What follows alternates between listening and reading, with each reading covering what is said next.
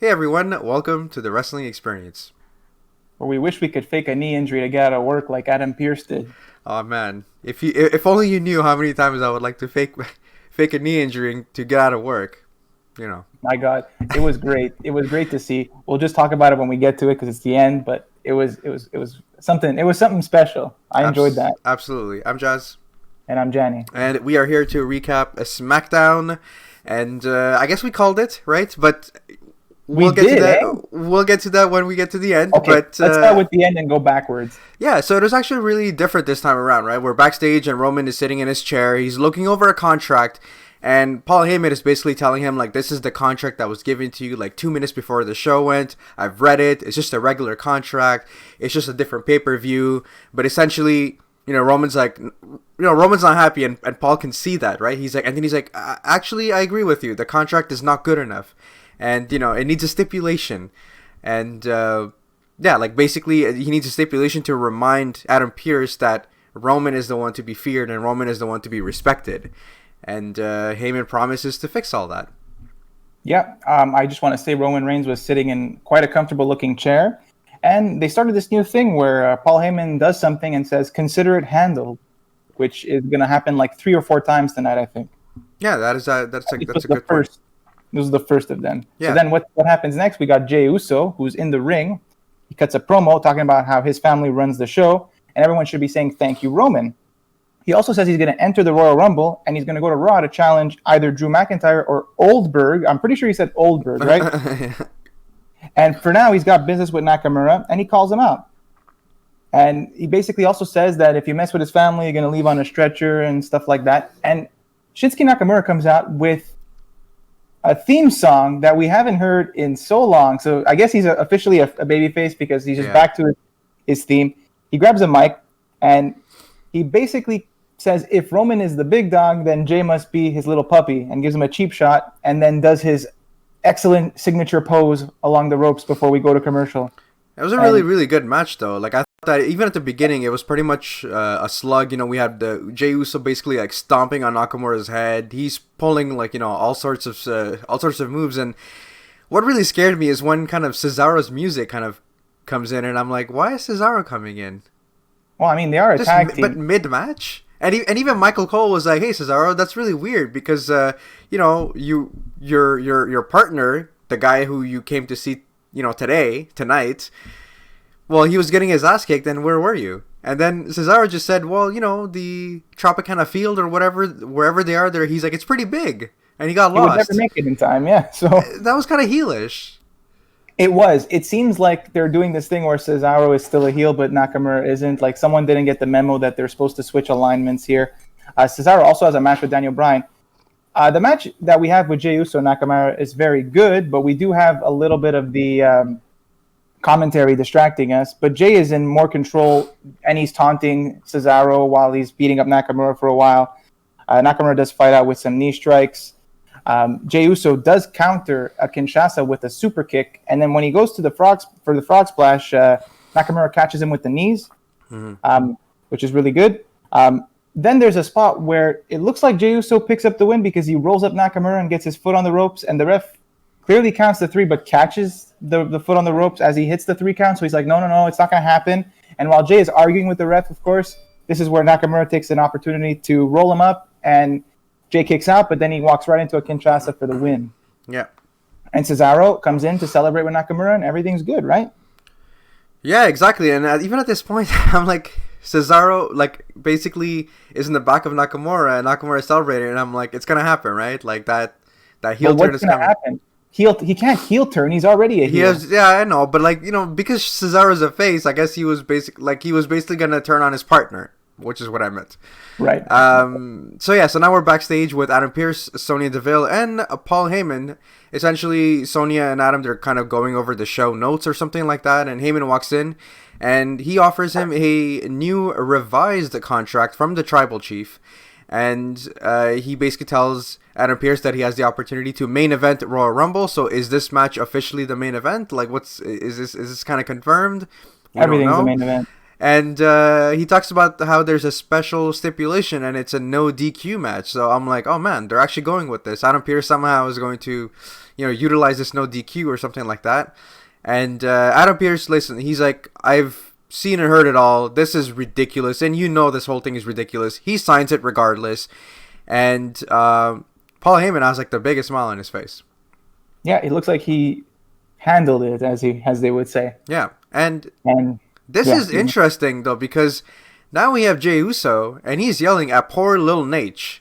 And yeah, who was the referee, right, for the previous match? Yeah, and he's like, you didn't do your job. And, Charles Robinson, he's like, well, listen, you're a professional wrestler. I saw you put your foot on the ropes. It's not legal. What do you want me to do? Exactly. But and then he's letting the power get to his head. He's implying that if Charles doesn't like look the other way sometimes, he might cost him his job. Like, his job's at stake here if you're going against the tribal chief. So that's interesting. Yeah, exactly. And even Charles Robinson was like, damn, like, this is serious, man. He's like, what'd you say? So basically, we're going to have Roman feud with Adam Pearce and Jey Uso feud with Charles Robinson. Oh, that would be beautiful. So we do see a progressive match flow kind of going back to Ziggler and Rude and the Street Profits. 2 weeks in a row, exactly. Thank you, progressive match flow. And now how I remember what happened week to week. So this is Progressive. If you want to sponsor us, So now we're backstage with Kayla Braxton and the Street Profits. The Street Profits, they basically talk about their loss, and essentially this loss is gonna basically make them better, and how they talk about their status as two Vikings, obviously kind of insinuating that they were friends with the Viking Raiders, or the Viking Experience as we know them, and how they're gonna run it all back, right? This ain't going to be no rerun, fam. And during this, gonna be different, yeah. Yeah, exactly. So they just want to tell us that they want the smoke. Yeah, and basically the whole point was that Kayla asked them, was it wise to defend the titles after they were attacked, and they should have maybe given it some time, but obviously they didn't want to disrespect their own legacy by, postponing their title match. Yeah. So yeah, we're going to get a rematch for them, and they're gunning for it again. They want the titles back. Yeah, now this segment though, this has potential right there. But we don't really know what's happening, right? So Roman is sitting on his comfortable lazy boy again, and Apollo Crews is there, and they're talking, and you can see that Roman's giving him some sort of advice, but you really can't tell what he's saying, I feel. But then Paul shows up to be like, oh yeah, I got the contract signed, and now you can clearly hear Roman, and Apollo wants to get up and leave, but Roman's like, no, you're cool, you can stay, you can chill.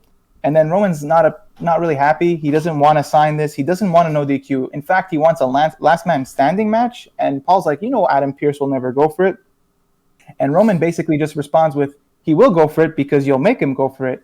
And he will basically have him sign it in the ring tonight. Roman wants to sign the contract in the ring, and Paul Heyman will consider it handled. And then they go back to discussing Apollo Crews and Roman Reigns, whatever they were talking about before. But, I mean, we don't know what they were talking about, but this is still major. You have Apollo Crews that's kind of going to see Roman for advice or whatever it is.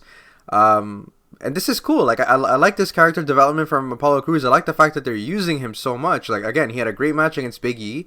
Great showing where he was in control for 90% of the match. And now he has kind of a segment with, I guess, the main event, right? He has a segment with the Tribal Chief, and this is great for Apollo Crews. Yeah, very interesting development for this year. So, very excited to see what happens there. Now, this is my favorite part of the show. Like, I don't even care what comes afterwards. I just like the fact that Bayley Kay is just the best part of SmackDown right now, and it's not even close. I know. It's so good. She continues the theme of guest commentators, because I think like literally every match except for one had a guest commentator. We have a match between Natalya and Liv Morgan, and Billie Kay comes out with the Riot Squad, like looks like she's like in training or whatever. And I mean, she's rocking out, dude. She's rocking out. She's rocking out. She's moshing pits. She's doing everything, but the focus is mostly on the commentary and not the match, right? Like, I barely remember some of the interactions between the match. Like, Liv Morgan was obviously fired up. Natalya was taking control. She did like a torture rack thing as well. Morgan was fighting with kicks, but then at one point, Billie Kay left commentary, right? She went to the wrong side of the ring where Tamina was there. We didn't even realize Tamina was there. And she's like, what are you doing? And they're yelling at each other. And during this whole distraction, Natalya is able to pick up the win. It's really funny. You're talking about distraction. You're being distracted right now. I know. So Can you believe it? it was honestly like Fixed the right time. it was honestly a really really good match though. Liv Morgan, like she is going to be so great, and she has great chemistry with Natalya, and the whole Bayley Kay thing. There was one part in commentary where Bayley Kay was supposed to say mosh pitting, but she said mosh pishing instead or something. And they called her out on it, and she just owned it. She said, yeah, but like, you know, in Australia we call it mosh pishing, and she just kind of, I don't know. I just thought it was really, really good. But yes, You can't take her down. She's great. She's quick, witty. Unfortunately, Billie Kay causes the distraction. Liv Morgan is, you know, telling her like, hey, like, what are you doing in the ring? And this is where Natalya rolls up Liv Morgan for the win, because we all know that roll ups are, you know, you don't kick out of a roll up essentially. It's impossible to kick out of roll up, especially when they grab the tights. Yeah. And now we're going to have a very similar Control-C, Control-V with Baron Corbin versus Rey Mysterio, featuring Dominik on commentary. And this is another one of those things where it leads to, to summarize, there's a distraction. So the whole match is Corbin mostly offensive, and while he's beating up on Rey, he's taunting Dominik just verbally from the ring, but then it continues to escalate as they fight on the outside, and he kind of gets in his face a bit. There's some cool spots where Corbin turns a 619 into a deep six, which I thought was really nice. But I think there was a second attempt where they're outside and he's messing with Dominik, and he even strikes Dominik, and this upsets Dominik.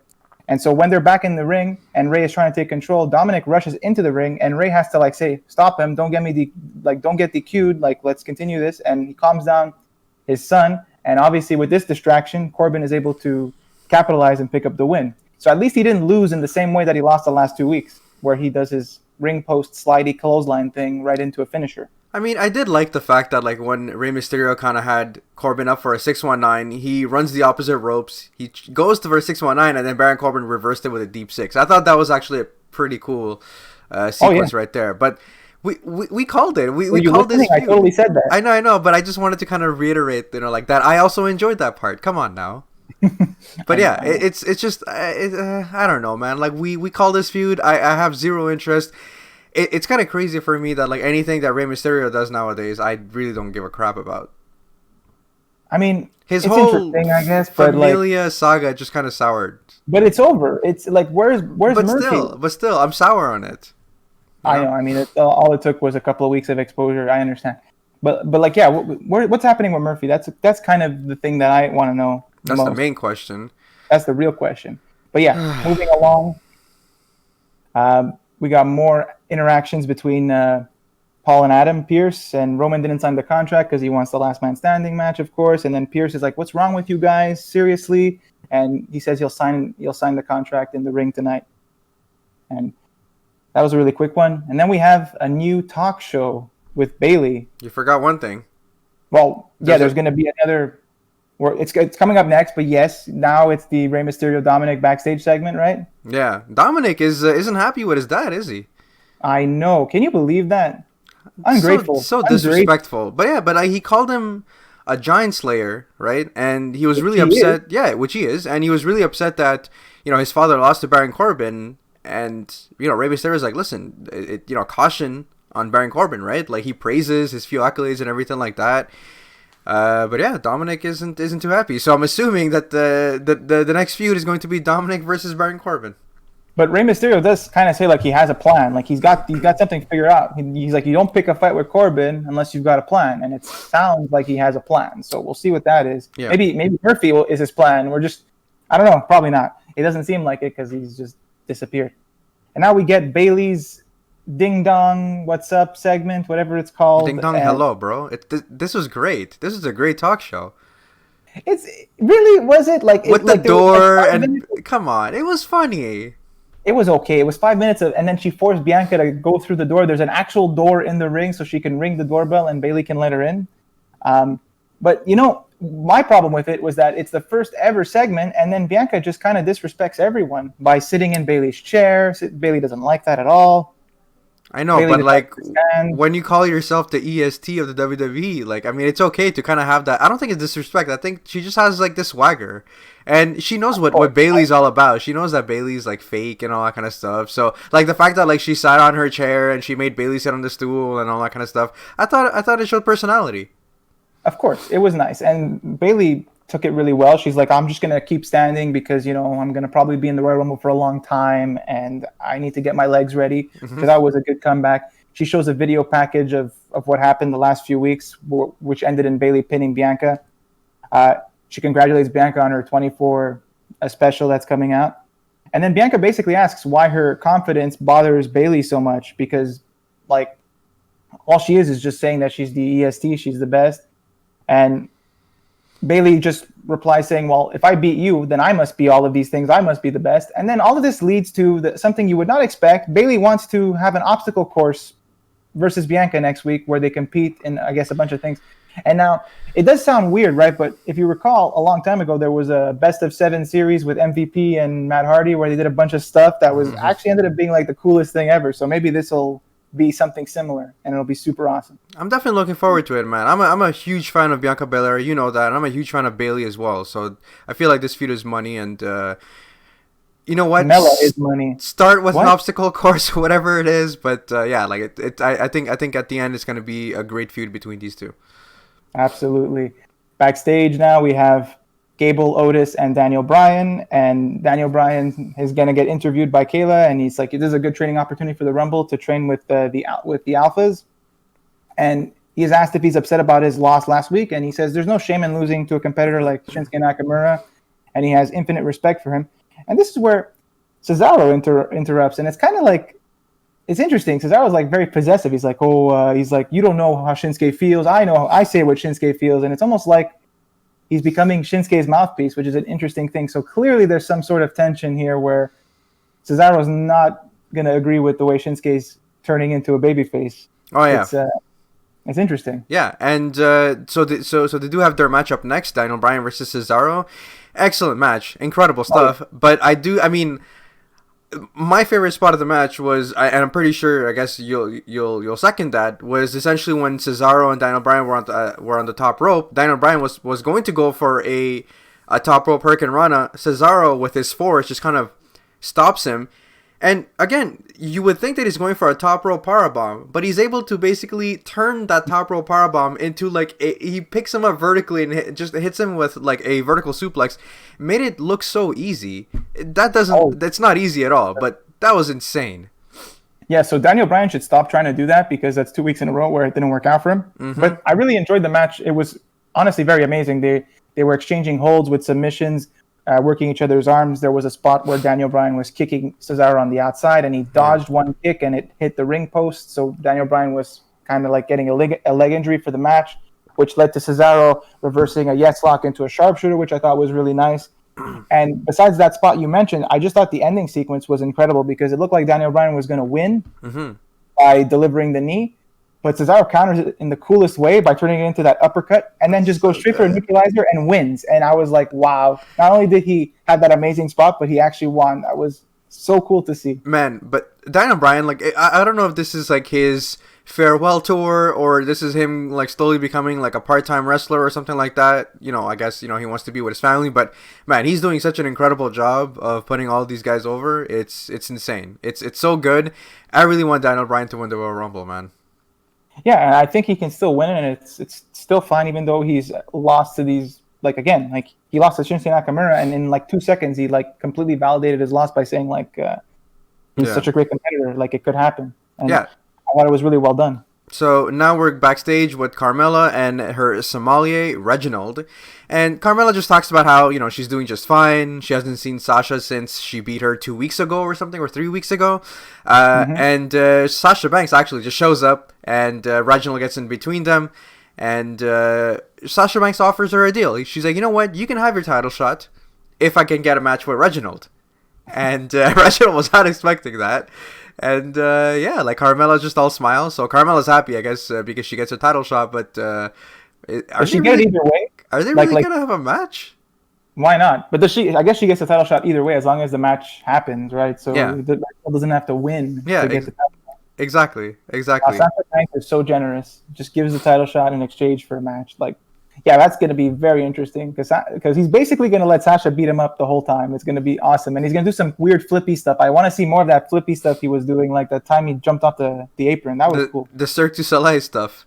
Exactly. So now we have our main event match, not our main event segment, because we do have one more segment after this. But yeah, we do at 9:55, exactly. But... we do have Apollo Crews versus Sami Zayn. Big E's on commentary. Big E's he has his own personal white sofa where he's like looking real comfortable, right? He's looking real good. Lots of comfortable looking furniture tonight. Yeah, and Apollo Crews is really aggressive in this whole match, right? You have some hard strikes. He forces Zayn against the ropes. And what's really funny, because now the action is taken outside, and Sami Zayn calls Big E, he says, "Calm down, brother," or something like that. And Big E's like, "Don't call me brother. I'm not your brother." So they're basically mouthing off. I mean, the match was okay, right? Yeah, it wasn't anything spectacular. I did like Cruz's moonsault from the table after that spot you just mentioned. Sami really has like an advantage trying to get aggressive covers to win the match, like towards the second half, and then the ending is like kind of whatever. I mean, it was like Sami tries to roll up and grabs the tights, but the ref clearly sees it, and then like not too long after, Apollo does the same thing, gets the roll up, grabs the tights, but the ref doesn't see it, and he picks up the win. And then there's like an exchange of dialogue between Apollo and Big E afterwards. Yeah, I mean, it seems that this is kind of a different Apollo, right? Like, win by any means necessary after his talk with Roman. Because, again, Sami, we all knew that he was going to weasel his way to a victory by kind of pulling the tights. And Apollo kind of hit back with the same thing. So, yeah, there's definitely some changes happening to Apollo. Then after the match, Sami Zayn keeps telling the ref he's pleading. He's like, no, like, he had him by his tights. And yeah, you're right. Like, you have basically Apollo Crews who's mouthing off at Big E. Yeah, imagine like this like Apollo joins the family and like picks up the IC title here. Like, that would be an interesting thing, and he could be a part of like the Usos and Roman. Who knows? You'll get a seat at the table. Yeah. But speaking of the table, there's a table in the ring to sign the contract. I like you, man. You're funny. So. In an impressive showing, Roman Reigns and his crew take about forever to enter the ring, and Adam Pearce does it in like a fraction of the time, which is equally impressive. They kind of mess with him right a bit, he wants to sit down. They pull the chair so Roman can sit instead at the head of the table, and Pearce has to go around to sit down. But all this ends with like Pearce signing the contract, Roman signing the contract, and then Pearce kind of like saying like, "I've been waiting all night for you to do this." And like he's kind of like got a smirk on his face as he like gets up and walks away. And Roman's looking confused. And as Adam Pearce walks up the ramp, it's like he like stumbles, his leg starts to hurt, like his knee's gonna give out, and it looks like he's gonna fall down. It was like one of those like, oh, I fell over moments, until he finally makes it to the stage, and he says like, oh, my knee is acting up, and I might not be able to compete, but because of this contract, I will, and because of his GM status, he's able to find a suitable replacement. And to no one's surprise, the suitable replacement is Kevin Owens, who comes out, and the show ends quickly after that. Like, they kind of have a stare down. You can see Roman's kind of like groaning. He's like, oh, not this again. And Kevin Owens is all fired up. And so it looks like Adam Pearce weaseled his way out of the title match. He should have went for it. Why not? Could have been champion. So a couple of points that I'd like to add. It kind of sucks though that Adam Pearce's mic was kind of cutting off towards the end. That did happen, yeah. But whatever, technical difficulties, audio issues, whatever you want to call it. I loved Roman Reigns' facial expressions though, because he was not even mad at the end. He was just disappointed, right? Like, he looked perplexed and everything like that. Like, he's doing a great job. And the chemistry that Roman Reigns and Kevin Owens have, man, like, this match is going to be a banger. Like, the fact that it's a last man standing match too on top of that. I really want Kevin Owens to win, but it's probably going to be like their blow-off feud, and Roman Reigns is probably going to destroy him. Probably. I mean, we're right back where we started, and I still feel the same way. Like, I would still be on board with Kevin Owens winning the title. But, like, it just seems like it won't happen at Royal Rumble. I'm going to paint a picture for you. I feel like they're going to have the match, and Roman Reigns is going to destroy him. And then for the main event, it's going to be the men's Royal Rumble match. And Kevin Owens is going to come out and he's going to be limping and he's going to try his damnedest. And then maybe Jey Uso eliminates him or something like that. Like, I feel like something wonky is going to happen. But we're going to be cheering for Kevin Owens so much, though. Like, I really feel like he's going to keep fighting, man. And, yeah, like, honestly, in closing, I thought that it was a decent episode of SmackDown. Like, probably not one of the best, episodes. The last couple of weeks have been pretty solid. But to be honest with you, anything notable for me was the Apollo Crews stuff. I'm definitely looking forward to what's next with him. Bayley Kay can do no wrong. I feel like I would actually love Bayley Kay to kind of show up when Natalya and Tamina dress up as them next week, and she's like part of their team now. I think that would be hilarious. Whatever they do, it'll be funny. And the Bayley and Bianca Belair stuff is actually really great. And again, so happy to see Shinsuke Nakamura's old theme song. Gave me that face run, man. Oh yes, I agree with you. The Apollo Crews stuff is very interesting. I have mixed feelings about this whole commentary thing. Like, I kind of like that there was a lot of guest commentary because it adds to the storyline, but I feel like it also distracts from the matches and makes you care less about them. So I don't know, maybe there could be something they can do there to tweak that up. Not have too many guest commentators. But it was cool to see like everyone like have their input. Like, but yeah, of course, it distracted from every match except the Daniel Bryan Cesaro match, which was just a regular match, and that ended up being the best one. Yeah, it was an overall fine episode of SmackDown. Sasha versus the Sommelier is going to be cool as well. Can't wait. Week. Sasha versus Reginald, once in a lifetime. So that was our recap for SmackDown. And if you do enjoy our content, please make sure to like the video, tell your friends about it, to subscribe, do all of the things. And we'll see you guys in the next one. Yeah, and you'll never know what kind of other weird, wacky sounds will come up from my microphone. Like, we had some meowing, we had some washing machine jingles. Who knows sneezing. Lots of sneezing.